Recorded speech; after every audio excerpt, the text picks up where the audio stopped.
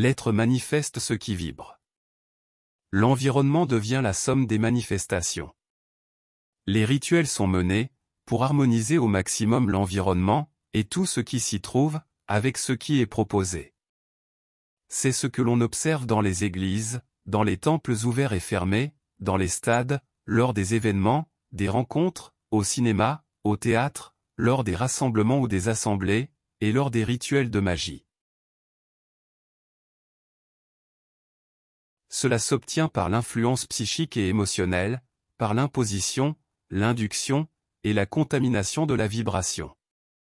Il n'y a rien de nouveau ici, car ce travail est connu, étudié, et exécuté depuis que l'être a eu les premières notions de pouvoir, et a appris à composer et raconter des histoires, dans le but d'influencer, et de tirer profit de l'influence sur les autres.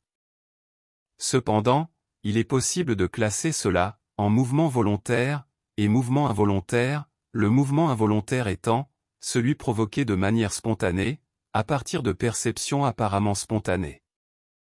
Le mouvement volontaire, quant à lui, est celui provoqué de manière intentionnelle, c'est-à-dire par l'utilisation de mécanismes qui provoquent un état désiré chez l'être, et qui se propagent ensuite aux autres, jusqu'à contaminer tout l'environnement.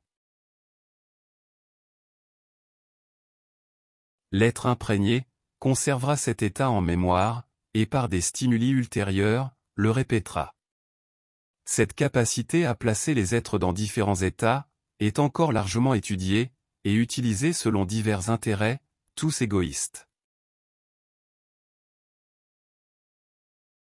C'est par ces rituels, que s'imposent et se perpétuent les principes des sociétés les plus diverses, et où les histoires se soutiennent, car elles font aussi partie de cette mécanique pour obtenir des partisans, et des soutiens pour les partis, les groupes, et les diverses associations.